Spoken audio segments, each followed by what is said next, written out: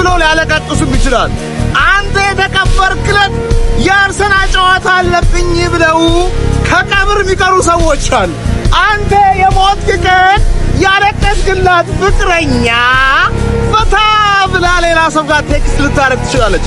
አንተ የሞት ቀን ሀገሪቱ ትቀጥላለች። የእንግሊዝ እግር ኳስ ይቀጥላል፣ ላይፍ ይቀጥላል። አንተ የሞት ቀን ሁሉም ነገር ያቆማል። ወንድሜ የሚያሳዝነኝ ነገር ሳትኖር መሞት ነው። እንደው ኖረ የልብህን ኖረ እንደው አንተን የሚያስደስትን ነገር አድርገ የመጣበትን አግኝተ ብትሞት እንደው ይሁን። ሳትኖር በፍርሃት ታስረ በጭንቀት ታስረ አንተ የሞትክ ቀን የኖርክላቸው ሰዎች አለመሞታቸው ያሳዝናል። ወንድሜ እየኖርክ ነው ወይ? ዓላማህን እየኖርክ ነው ወይ? ሰው ምን ይለኛል ብለህ ከመጨነቅ ነፃ ወጥተሃል ወይ? የነፍስን ደስታ እየተገበርክ ነው ወይ ብሮ? ደስተኛ መሆን ከፈለግ ከችግር ጋር መኖር መማር አለ። ደስታን ማግኘት የምትችለው አንደኛ ችግር በመፍታት ነው። ሁለተኛ የማይፈታውን ችግር አብረኸው በመኖር ነው። በዛ መንገድ የምታሸንፋቸው ችግሮች አሉ።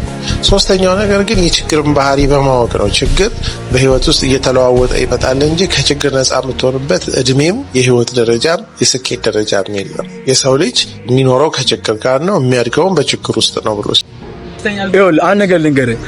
የወጣትነት ዘመኑ ላይ የሆነ ነገር ያልያዘ ሰው ይጠፋል። ምኑ በጸት ነው የምትኖረው ማለት አሁን እንደምትኖረው ተዝረክርከ ከኖርክ እገምታለሁ ያንተ ላይፍ የት እንደሚሆን ማለት ነው። ያ ስህተት ስራ ችግር የለም እንኳንም ተሳሳት። አልበርት ምን ያለ መሰለህ ወጣት ያለ ስህተት ያልሰራ ሰው ካደገ በኋላ ወደ ኋላ ዞሮ የሚስቅበት ነገር የለውም ይላል።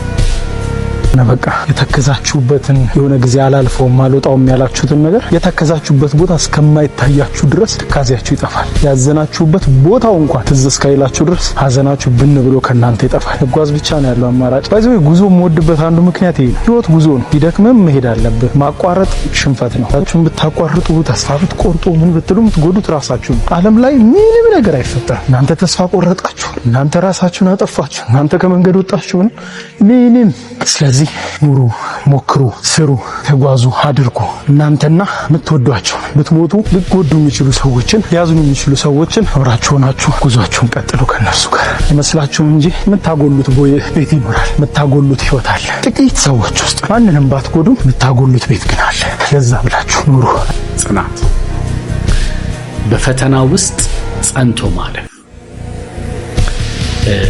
ችግር መጥቶ በመጣ ጊዜ አለመፍራት፣ መጋፈጥ ችግርን እና ይሄ ነገር በጣም ቀላል ነገር ይመስላል ሲወራ። ፍርሃት በጣም መጥፎ ነገር ነውና ጭንቀት በጣም የሚጥል ነገር ነው፣ የሚያስፈራ ነገር ነው። የሚያስጨንቅ ነገር ማንም አይችልም፣ ይፈራል። በነዛ ሂደት ውስጥ ግን ጠንካራ ሆኖ መውጣት፣ የሚያስፈሩ ነገሮች አለማስፈራት እና እነዛን ነገሮች ፌስ ማድረግና ማለት ሁልጊዜም ሂድ፣ ሁልጊዜም ሞክር፣ አትፍራ፣ ወደ ኋላ አትቀር፣ ሂድ። ላይክ ዩ ኖ ቀደም እንዳልኩክ ህይወት ቀጥተኛ አይደለችም። በዚህ በዛ ብለህ ነው የምታገኛት ነው። ካለፋ ካልደከም ራስ ላይ ካልሰራ ዓለምማ አያከብርህም። ቤተሰቦች ይንቁሃል። አለቃ አይወድም። ፈጣሪ ራሱ ሰው አይወድም። ለምን ለወፎች ምግብ ያዘጋጃል፣ ነገር ግን አንስቶ አፋቸው ውስጥ አይከትም። አፍ ውስጥ አንስተህ ያንተን ህልም፣ ዓላማ፣ ራዕይ የምትበላው በዲሲፕሊን ነው። ዲሲፕሊን ማለት የማትወደውን ነገር ልክ እንደምትወደው አድርገህ ሁል ጊዜ ለትልቁ ዓላማ መስራት ነው። ያን ህይወት ይሻሻላል። ስንፍናን ግን ከምርጫ አውጣ። ጥንካሬ ብቻ ምርጫ ይሁን። ንስር የሚለየው ከአወላለዱ ከፍጥረታት መካከል ፀሐይ አይን ለአይን እያየ የሚወለድ የንስር ልጅ ብቻ። አይኑን ተክሎ ፀሐይ ላይ የሚወለድ 5000 ጫማ ከፍታ ላይ ማለትም 5 ኪሎ ሜትር ርቆ አጣርቶ ያያል። መጽሐፍ ቅዱስ ምን ይላል? ንስር መኖሪያው በገደል ገልገል በዛም ሆኖ የሚነጥፈውን ይጎበኛል። ንስር የሚያምረውን አይደለም የሚያየው፣ የሚነጥፈውን ነው የሚጎበኘው። የሚመቸውን አይደለም የሚያየው፣ የሚጠቅመውን ነው የሚያየው። እንቶቻችንን አሁን በዚህ ሰዓት አይኖቻችን ሲኖሩ፣ ኢኮኖሚ ሲኖረን፣ ገንዘብ ሲኖረን የሚመቸንን ነው የምናየው። ንስር የሚጠቅመውን ምንድነው ዩዝፉል የሆነ ምንድነው የምበላው፣ ምንድነው የሚሰራው ነው። ዝም ብሎ አይኑ ላይ አቅመለብለው ምን ወንድም ልጅ ቢሆን አትሸው። የምሬን ሰርክላችሁን በደንብ ማስተካከል አለባችሁ። እንደዚህ አይነት ወሬ ከሚያወራ ወንድ ራሱ ጓደኛችሁ ራሱ ቢሆን 24 ሰዓት 24/7 ስለ ስራ ስለበለውት ስለማድረግ ወይም ደግሞ አጠቃላይ ኢሞሽንን ኮንትሮል ስለማድረግ ሳያወራ የሚያወራው 24 ሰዓት እቺ ልጅ ከዚህ ጋር ተኝቼ ከዛች ጋር ተነስቼ የሚል አይነት ወሬ የሚያወራ ሰው ሆኖ ሽሹ። የምሬን በጣም ብዙዎቻችንን እኔን ጨምሮ ከትንሽ ነገር መጀመር አንወድም። በቃ በአንድ ጊዜ ትልቅ ነገር ነው የምንፈልገው። በአንድ ጊዜ ለውጥ ማየት ነው የምንፈልገው። በቃ ማሳካት ነው የምንፈልገው እንጂ መፈተን አንፈልግም። ቀስ በቀስ ማደግ አንፈልግም። ውጤቱን ፈልገዋለን፣ ግን መንገዱን ደግሞ መራመድ አንፈልገውም። ሰዎች የሚፈልጉ መጠንከርህን ሲያዩ ብቻ ቁጭ ብለህ ስትጠብቅ ያልመጡ ድሎች መንቀሳቀስ ጀምር፣ ግን በላይ ይደራረባል።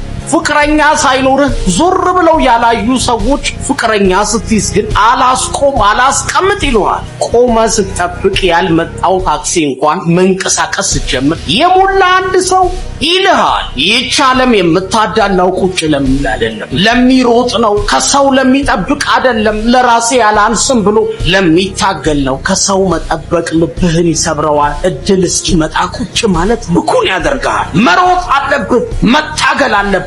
እድል የሚመጣው ስትዘጋጅ፣ ካልተዘጋጀ ቢመጣ ራሱ ታባክኗል። ተዘጋጁላችሁ። በሂደት ግን መቀየር ማለት ወዴት እየሄድኩ ነው ብለህ ራስህን መጠየቅ።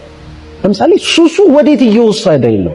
በቃ ባለሁበት እንድራመድ አደረገኝ፣ ከሰው በታች አደረገኝ፣ ከጓደኛ በታች አደረገኝ፣ ጊዜን እንዳልጠቀም ወድቄ ቀረው፣ አሚ ሆንኩኝ፣ አጫሹ ብለህ ራስህ ስትጠይቅ በቃ ፍላጎትህን የሚያቆመው ነገር አንተ ማቆም ፈልግ እንጂ ማንም ምንም ነገር አያቀፈም። አብዛኛው ወንድ ልጅ ማለት ነው ደሃ ሆኖ የሚቀርበት ዋነኛው ምክንያት ምን እንደሆነ ታውቃለህ? መስራት ባለበት እድሜው ፍቅር ውስጥ ይገባል። እኔ ከ16 ዓመቴ እስከ 23 ዓመቴ ከብዙ ሴቶች ጋር የፍቅር ግንኙነት ጀምሬ ነበር። ስለ አንዷ ምንም ነገር እርግጠኛ ሆኜ ልነግር አልችልም። ግን አንድ የተማርኩት ነገር አለ። ሴቶች 3 ስቴፕ አላቸው በህይወታቸው ፍቅር ውስጥ የሚገቡበት። የመጀመሪያው ከ16 ዓመታቸው እስከ 19 ዓመታቸው የትኛውንም አይነት ወንድ ሊያፈቅሩ ይችላሉ። ጎበዚውን ሰነፍ፣ ቆንጆ፣ አስቀያሚ ማተር አያደርግም። ብቻ በስሜት ብቻ ያፈቅሩታል። ከ20 ዓመታቸው እስከ 23 ዓመታቸው ደግሞ የሚንከባከባቸው የሚሰጣቸው የትገባሽ ይሰጣሽ ሚላት ፍሪት የሚያደርጋትን ወንድ ትወዳለች፣ ታፈቅራለች። ዋናውን ኢምፖርታንት ነገሩ ሶስተኛው 24 ዓመት ሲሞላት ወይ 25 ዓመት ሲሞላት በምንም አይነት ጊዜዋን ዌስት ማድረግ አትፈልግም። ስለዚህ የዛኔ የምትመርጠው ምን አይነት ወንድ ነው? ስለ ቢዝነስ የሚያወራ የራሱ ቢዝነስ ያለው ገንዘብ ያለው ሊያስተዳድራት የሚችል። ለመኖር የቀረ 6 ወር ብቻ ነው ብትባል ምን ታደርግ ነበር? ምን ትወስን ነበር? ምን ታቆም ወይ ምን ትጀምር ነበር? አንድ ነገር ግን እርግጠኛ ነኝ፣ ምንም ነገር አትፈራም። ሰው ምን ይለኛል አትልም። አሁን የሚያስጨንቁ ነገሮች በሙሉ በሞት ተራ ናቸው። ይህንን አስብና በዚህ ደቂቃ ቁረጥ። እስከ መቼ ትፈራለህ? እስከ መቼ ታመነታለህ? እስከ መቼ በሌሎች ሰዎች ለውጥ ትቀናለህ? ወዳጄ ወይ ቆመህ ትቀራለህ ወይ ወስነህ ትቀየራለህ። ወስን።